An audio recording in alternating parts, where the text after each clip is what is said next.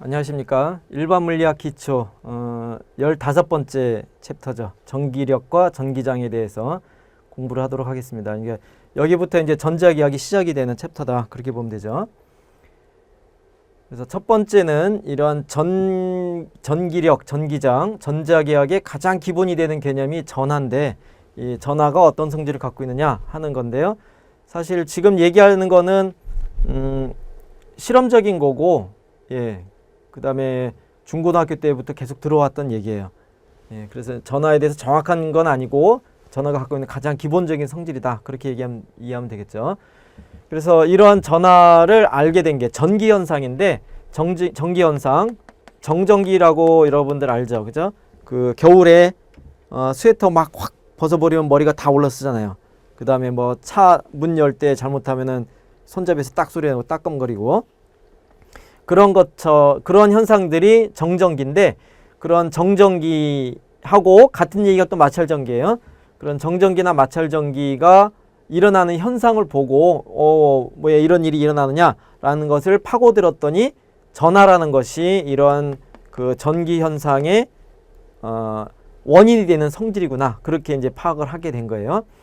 그래서 일반적으로는 정전기 현상이 있고, 그 다음에 또 다른 현상은 전류가 있죠. 전류. 전하와 관련된 것이 전류. 그래서 번개도 사실은 전류의 일부로 볼 수가 있어요. 그래서 자연에서 일어나는 것이 정전기, 번개. 근데 이제 그런 것들이 전하라는 성질로부터 나타나는 현상이다 하는 거예요. 그래서 이제 이게 전기가 뭐냐, 전기적으로 대전돼 있다라는 것은 마찰전기를 보면은 물체를 문지르면, 그러니까 빛을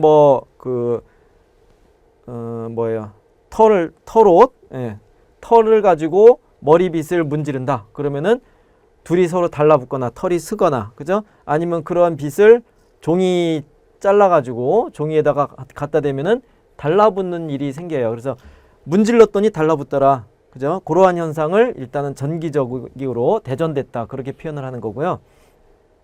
그럴 때 이제 이러한 대전되는 것이 달라붙기도 하고 서로 밀치기도 하더라 하는 것에 의해서 그 프랭클이라는 사람이 두 종류가 있다라고 해서 두 종류, 양전하와 음전하를 구분을 했어요. 이름을 갖다 붙인 거죠. 그래서 이제 이러한 양전하와 음전하를 구분하게 되는 것이 얘네들끼리 서로 밀치기도 하고 당기더라. 그래서 같은 종류는 서로 밀치고, 그죠? 척력. 다른 종류끼리 서로 당기고, 인력. 그래서 그 밀고 당기거나 하는 두 가지 힘의 성질이 있기 때문에 전하도 두 가지가 있지 않겠느냐라고 이제 생각을 할 수 있는 거죠. 근데 이러한 전하가 뭐냐라고 했을 때, 전하라는 것이 알갱이가 있어서 전하라는 알갱이가 있는 건 아니에요. 사실은 전하는 그 입자의 성질이에요. 입자가 있으면 입자를 기술하는 질량이 있죠. 질량. 그죠? 덩어리의 양, 질량. 그 다음에 입자를 기술하는 성질 중에 전기적인 성질이 전하라는 것도 있는 거예요. 그래서 무겁고 가볍고 그런 입자가 있고, 그 다음에 전하가 뭐 양전하, 음전하, 그리고 전하가 큰 놈, 작은 놈 하는 식으로 전하가 갖고 있는 성질이다. 그러니까 입자가 갖고 있는 성질이 전하다. 그렇게 생각을 하면 되고요. 그렇기 때문에 전하에 대해서는 전하 운반자라는 용어를 많이 써요. 그러니까 전하를 띤 입자가 누구냐 하는 것, 그게 이제 전하 운반자의 개념이다. 그래서 전하는 그 입자 자체가 아니라, 전하라는 입자 자체가 있는 게 아니고 입자들이 갖고 있는 성질이다. 물리적인 성질이다. 그렇게 받아들여야겠죠. 그래서 전하 중에, 그러니까 양전하를 운반하는 대표적인 입자는 양성자가 있고요. 양성자만이 아니고 이제 더 큰 덩어리들도 많아요.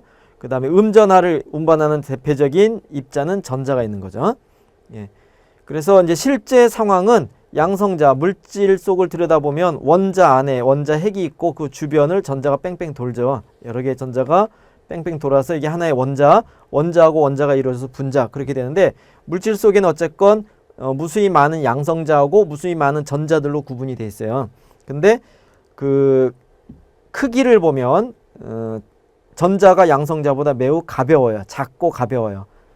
양성자는 큰 덩어리에 대응이 돼요. 그래서 질량 차이가 대략 2000배 이상의 차이가 나기 때문에 이렇게 마찰전기를 일으켜서, 마찰전기가 일어나게 될 때는 주로 가벼운 전자가 이동을 하게 돼요. 그래서 두 물체가 있으면 두 물체를 서로 비벼서 마찰을 일으킨다 그러면은 둘 중에서 전자를 좀 더 세게 끌어당기는 성질이 있는 물체가 상대방의 전자를 잡아당겨서 소수의 전자에 많은 전자가 이동하는 건 아니고 전자 조금의 전자가 이동을 하면, 그러면 이제 이런 양전하와 음전하가 같은 양이 있어서 평소에는 중성 전하가 안 나타나는데, 근데 이렇게 해서 전자를 뺏기면 그러면 전자가 부족하니까 플러스가 되는 거고요. 플러스로 대전되는 거고, 반대로 전자를 끌어당긴 입자는 물체는 전자가 많아졌으니까 마이너스로 대전이 되는 거다. 그렇게 이해할 수가 있죠. 예, 그래서 주로 이동하는 전하를 운반하는 주체는 전자다.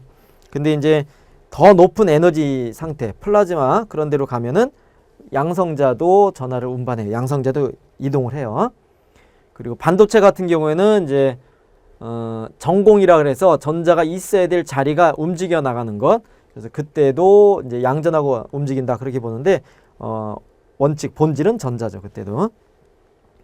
자, 이러한 전하는 항상 보존이 돼요. 전하가 보존이 안 되는 경우는 없다. 전하량은 항상 보존된다. 그래서 전하량 보존의 법칙이고요. 그러니까 전자가 몇 개 이동하면 그것만큼 플러스가 되는 거고 그것만큼 반대편에서 마이너스가 돼요. 그래서 아까 마찰 전기 얘기를 했는데 얘가 뭐 플러스 Q로 대전이 되면 얘는 반드시 마이너스 Q로 대전이 돼요. 그래서 전자가 이동한 양만큼 전체 전하량은 변화가 없어야 된다 하는 거죠. 전하를 만들거나 없애지 않는다. 그 다음에 전하는 양자화되어 있어요. 그 양자화되어 있는데 그게 양자화가 뭐냐? 예, 양자역학에 나오는 그 양자랑 같은 말인데, 양자화 그러면은 뭘 생각하냐면 불연속이다. 물리량이 불연속이다. 그러니까 전하가 불연속의 성질을 갖고 있다.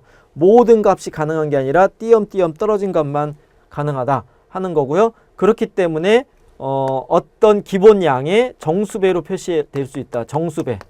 정수를 동원해서 표시할 수 있다가 돼요. 근데 정수배라고 하는 것하고 정수하고는 다른 거죠. 정수에다가 정수배를 해주면 그 값 자체가 정수가 되는데, 그 기본 양이 정수가 아닌 복잡한 수일 때 거기다 정수배를 해주면 정수를 곱한 것도 복잡한 값이 나오죠. 그래서 정수는 아니에요. 정수배. 뭔가의 정수배로 표시할 수 있다는 거고요. 그것을 이제 최초로 알아낸 사람이 밀리컨이라는 사람이에요. 그래서 밀리컨이 실험을 해가지고 물체가 대전이 되는 전하량은 기본 전하량이라는 것이 있어서 이걸 2로 표시할 거예요. 기본 전하량의 정수배로만 표시가 되더라. 불연속이다. 그죠? 예. 불연속의 덩어리로만 존재한다 하는 게 돼요. 그래서 기본 전하량이 2이면은 플러스 마이너스 2거나 플러스 마이너스 2이거나 3이거나 이런 것들만 존재한다. 그러니까 0.52나 0.2 이런 것들은 불가능하다 하는 것을 밀리컨이 찾아냈어요. 그랬을 때 밀리컨이 또 한 것 중에는 뭐냐면 기본 전하량의 크기를 찾아냈어요. 그래서 기본 전하량을 조사했더니 1.6에 10의 마이너스 19 제곱에 대응하는 전하량을 갖고 있는 것을 기본 전하량이다. 그러니까 이거보다 더 작은 전하량은 없다 하는 것을 이제 그렇게 일단 받아들입시다. 자, 근데 이때 이제 그 전하량의 단위가 쿨롱인데요. 예, 요거는 이제 조금 이따 얘기를 하고요. 이때 이런 기본 전하량을 전자는 마이너스 음이니까 마이너스 이만한 전하량을 갖게 되는 거고, 양성자, 대응이 되는 양성자는 전하량이 똑같아요. 플러스 이만큼의 전하량을 갖게 돼요. 알겠죠? 그래서 요 기본 전하량 요 값 자체는 여러분들이 상식적으로 암기를 합시다. 그러니까 중력과 속도가 9.8이다 다 알고 있죠? 그거랑 같은 동급으로 보면 돼요. 그래서 1.6 곱하기 10-19제곱 거기까지는 기본적으로 암기를 하도록 합시다. 그래서 이 전하의 단위는 이제 쿨롱, 예, 프랑스 과학자인데 쿨롱의 이름을 따서 1쿨롱을 정의했는데요. 원래 그 SI 단위계에서 전하를 알아낸 게 먼저가 아니라 전류 현상을 먼저 알아서 전류 현상에 대응하는 단위를 1A를 기본 단위로 정했어요. 그래서 사실은 쿨롱은 전하량은 전류를 알고 나서 그 다음에 전류의 근원이 전하의 흐름이다 하는 걸 찾아내 가지고 전류로부터 이 쿨롱 단위를 정했어요. 원래는. 그래서 원래 쿨롱의 정의는 1A의 전류가 1초 동안 흘렀을 때 지나간 전하량을 1쿨롱으로 정의한 거예요. 근데 이제 그거는 뭐 시기적으로 그 순서적으로 그렇게 정의됐다고 보면 되고, 더 본질적인 물리량은 쿨롱이죠. 그죠? 그래서 물체가 갖고 있는 가장 기본적인 성질이다. 입자가 갖고 있는 성질이다. 그렇게 보면 되고요. 그런데 이제 그러니까 일단은 이 쿨롱이 전하량의 단위다. 그렇게 받아들이면 돼요. 킬로그램이 질량의 단위다. 그렇게 받아들이듯이. 근데 1쿨롱이라는 것은 기본잔으로 따지면 예, 이만한 값을 가져요. 그러니까 기본 전하가 10의 18제곱 이상이 예, 모여야 그래야 1쿨롱이 돼요. 그래서 실제 우리가 일상생활에서 1쿨롱의 전하를 접하는 건 굉장히 많은 전하가 모여 있어요. 예, 그런 것들을 그냥 상식적으로 알고 지나갑시다.